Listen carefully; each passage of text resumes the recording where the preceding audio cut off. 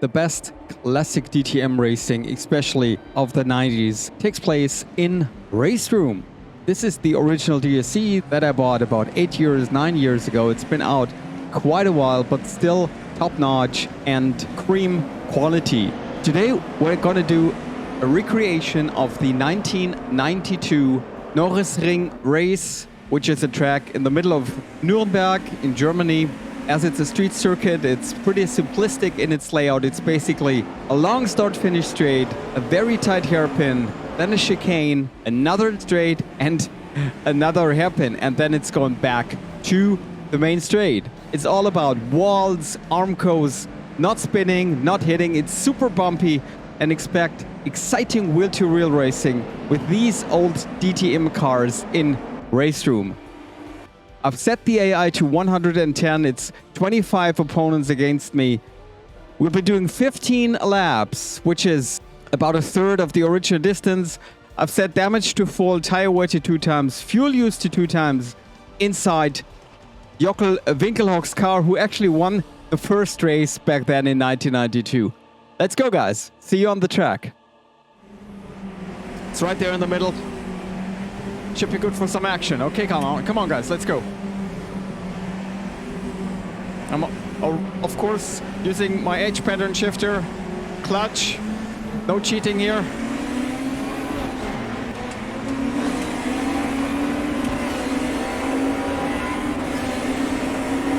Up to 5th gear, little liquor pricking. Unusual. Okay, let me check the outside line. See if we can get through the chicane unscathed. Damage is on, full damage.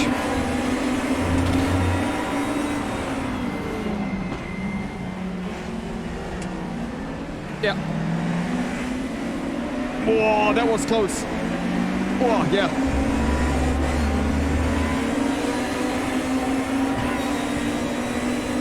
Misshift, slight misshift.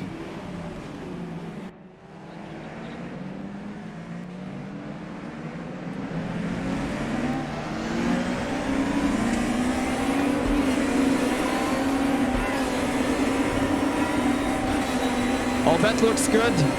Gained 1 place and now closing in on Kicker, the last back.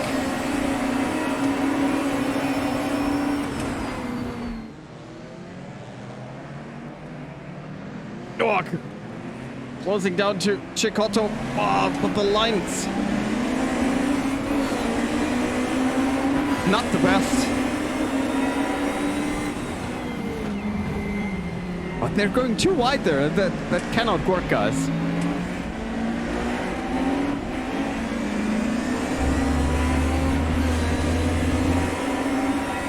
No, that's so cool racing.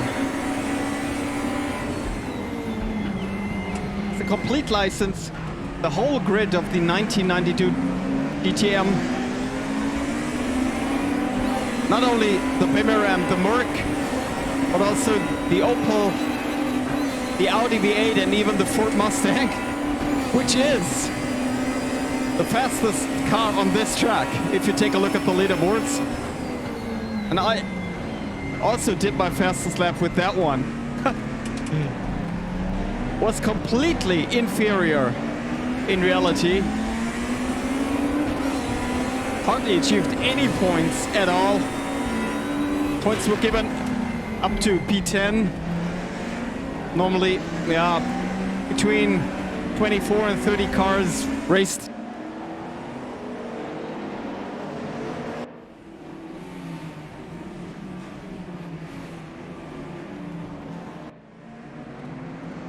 Okay, P13 it is. Wow.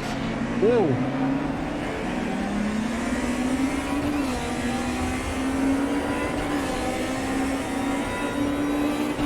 Okay, now it's Nissan with the fastest lap. What am I doing?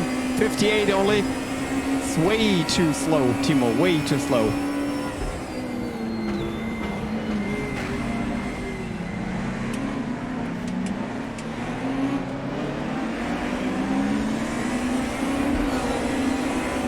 Wow.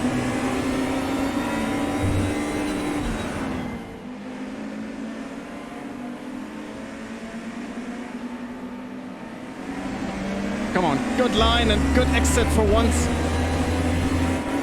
Again, the Norisring it's a genuine track, of course, here in RaceRoom.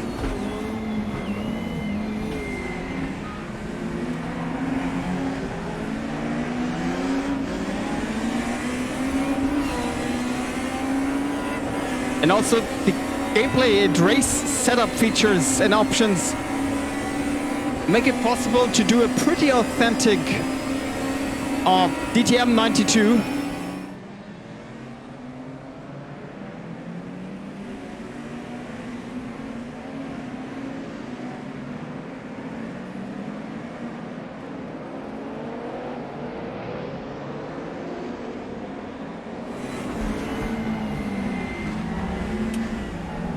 Even though this DLC is, I guess, 8 years old. Oh, big mistake there by Ash. The pole sitter in real life. Let's take the inside. Oh, come on, Timo. No. Oh, thank you. Thanks for pushing. Otherwise, I would have spun.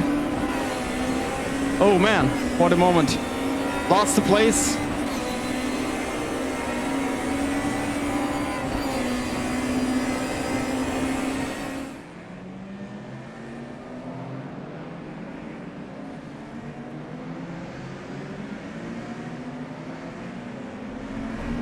This is so much fun and analog mechanic and cool racing. A bit too fast. And also here it's so difficult to get the chicane right. Do you want to take the sidewalk, yes or no?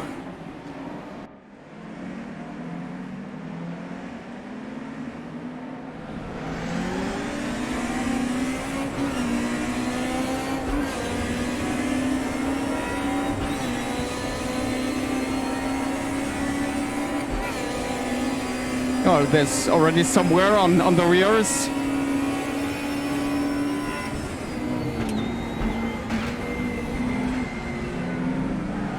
Not quick enough. I should be able to do 55s here.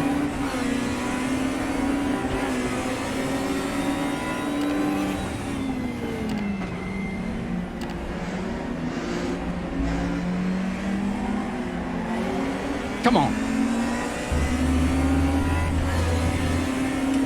Now it seems almost settled. They're going in a line, more or less. Oh, as I'm saying it, they're not. I'm really not good here in that last hairpin.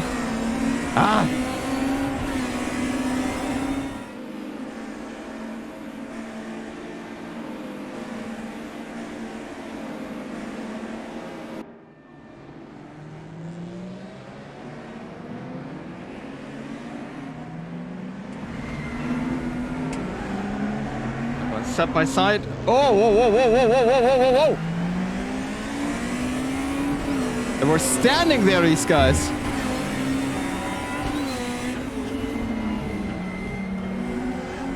Okay, thank you.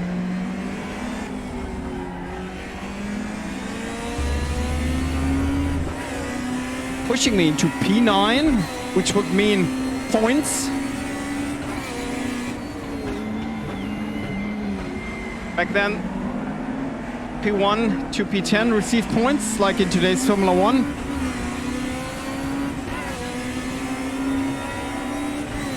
But there were normally some more cars on the track between 25 and 30.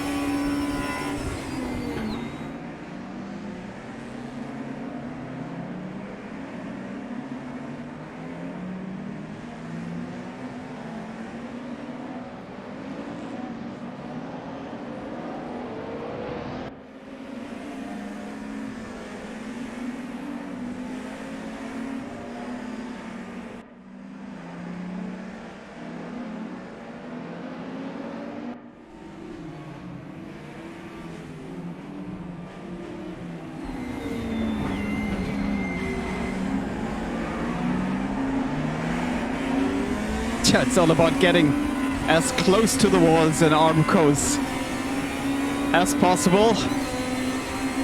That's the main challenge here. I mean, excuse me, but the track layout can be learned by a chimpanzee without a brain. But that's only one thing, and I mean, to be a second off here feels like an eternity. Whoa, that was close. A lot of counter steer.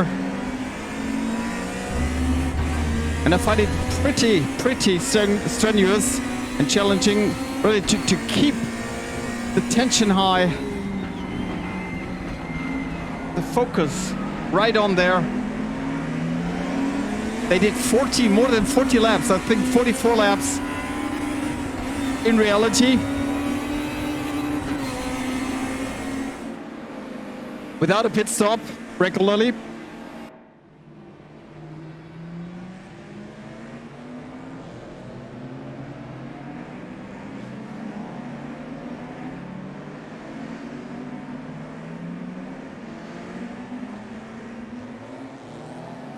So who went on lap 11 already? And the gap to Tega is not really getting smaller fast enough. Let's see. Let's see.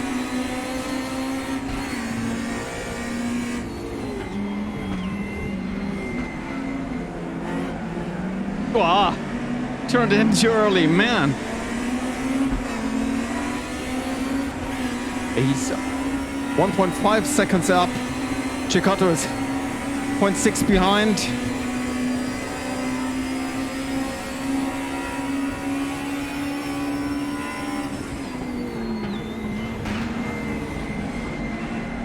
Too deep.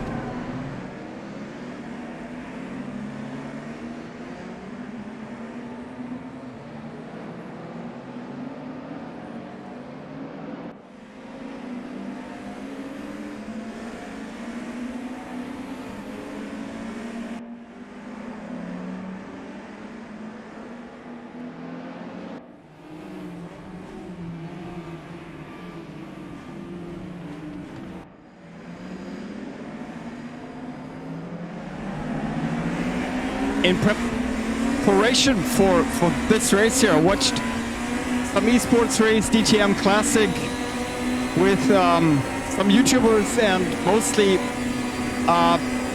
real DTM drivers of the past and the present. It was a race from 2020, I guess. Pretty fun, where they raced with these cars in Zolder, here in RaceRoom, of course. And I was pretty astounded that these guys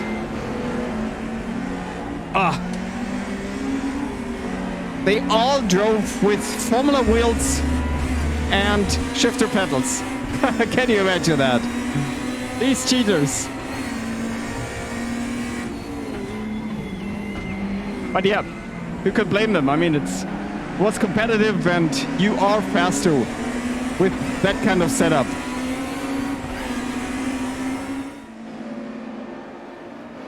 But it was quite some fun. A lot of action, and cool to see how they are able to move these virtual cars around the track. No quarter given, of course, but they were all pretty cool, relaxed and funny.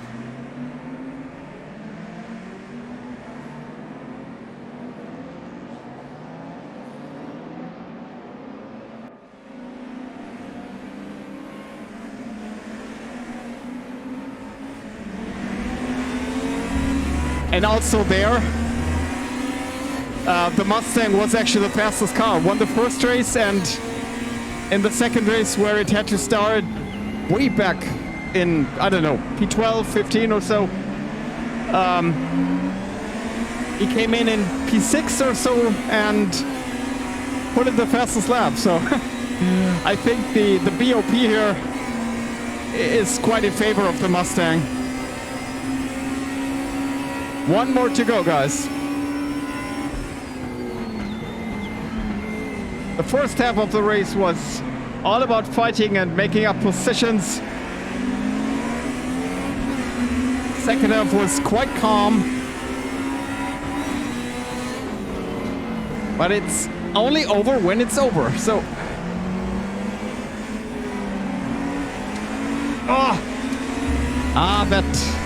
that may be it. That little slide there was one too much.